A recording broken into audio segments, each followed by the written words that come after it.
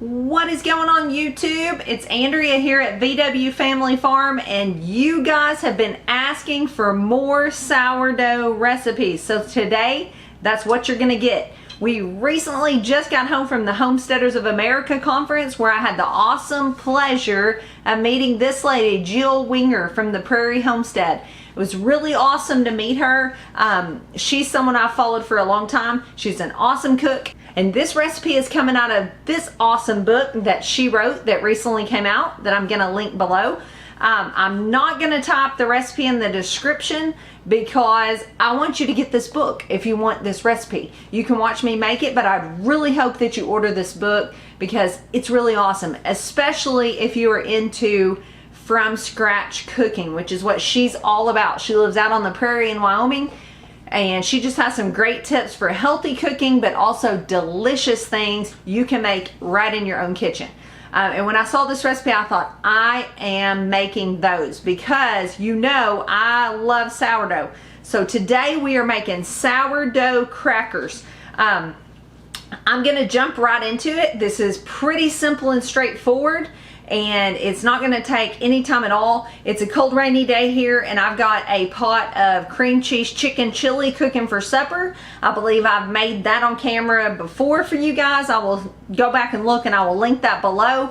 And I thought, you know what, I wanna make some homemade bread or some crackers or something cool to go with this meal. So I started searching for a sourdough cracker recipe, and this one jumped out at me in this book, and it's super simple. So let's head over here to the mixing bowl and let's get going. All right, first step in this process is I heated my oven to 350 and I stuck my pizza stones in there. Now you can do this on a baking sheet. It really doesn't matter. The recipe itself suggests pizza stones, so that's what I'm doing. All right, so first things first, this is 1 cup of sourdough starter. I divided my starter this morning and I fed what was left. We've been through this a bunch of times. If you take your starter out of the fridge or off the counter or whatever and you split it in two and you put half in the bowl that you're gonna bake something, you need to feed the other half and put it aside for later. And then whatever you want this to turn out to be, I wanted this to turn out to be 1 cup of starter, so I added a 1/2 cup flour and 1/2 cup water. So that's all that's in this bowl is my starter at this point.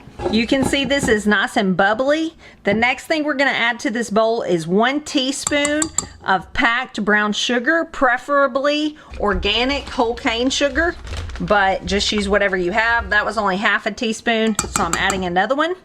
Next, and I believe this might be the secret to good crackers, we're gonna add 1/2 teaspoon of baking soda.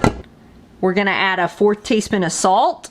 We're gonna add 1 cup of all-purpose flour. And the final ingredient is we're gonna add some good old Azure Market olive oil. We're gonna add 1/4 cup. Y'all know I love Azure Market, so check that link below. I order lots of staples from them. Next step is we are just gonna get this mixed together, and I'm actually gonna do this with a spoon. I know it's in my mixing bowl, but I think I'm just gonna mix it by hand. Okay, you can see I have got a wad of dough here. I'm now gonna divide this into 4 equal balls. All right, y'all, it's super easy from this point on. We're gonna divide this into 4 sections, 4 small balls.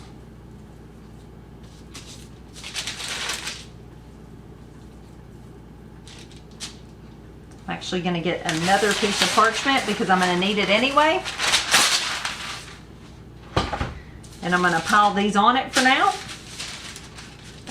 Okay guys, I got a little extra flour just because I'm gonna flour this rolling pin really good because I don't want the dough sticking all over it. And then we're just gonna roll this out really, really thin. I may sprinkle a little more flour, put the rest over here. I'm just gonna start rolling. I'm gonna roll this as thin as I can get it.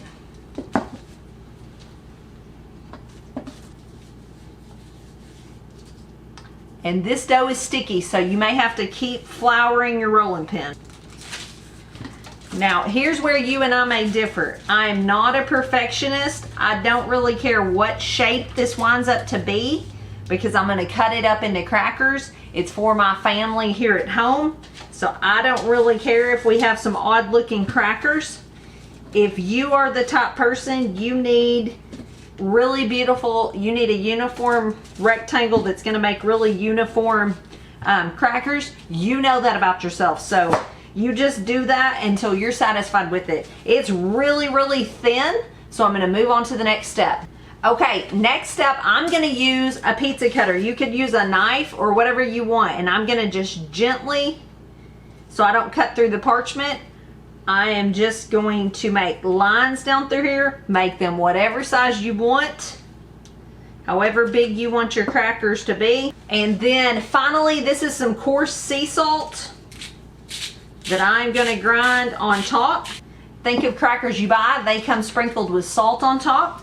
So this batch is ready. I'm going to pop these in the oven 12 to 14 minutes until they start to brown and they start to get crispy in the middle. You don't want the ones in the middle still doughy. And then that's it. So let's get them all rolled out and get them popped in there.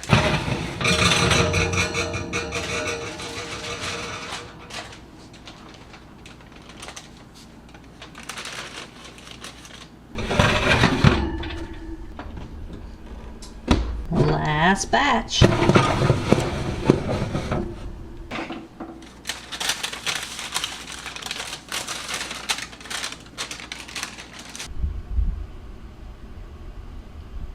Last step is put them on a drying rack off the parchment paper where they can cool and get some air. And then you just let them cool a bit and we'll taste test them. Guys, these really are delicious. I've been tasting a few of them. They turned out really good. This is definitely a keeper recipe for me. I can't wait for the family to get home and try them.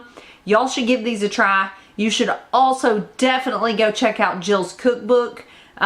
There's also similar recipes to homemade crackers, very similar recipes in Nourishing Traditions, which I've showed you that cookbook before. That's an awesome resource as well. I'm getting nothing for telling you this. It's not like I got a free cookbook and now I'm telling you about it. I paid for my cookbook at the HOA and had Jill sign it just like everyone else did. But on the way home, I was just poring over it thinking, this is the best cookbook I have bought in a while.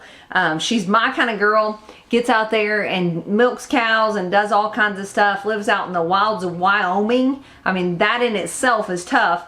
And then she does a lot of things from scratch in her kitchen. So she's just someone I really admire and wanted to share with you that her cookbook really is legit and you should go check it out. I'm going to get off here and we're fixing to eat supper as soon as the family comes home.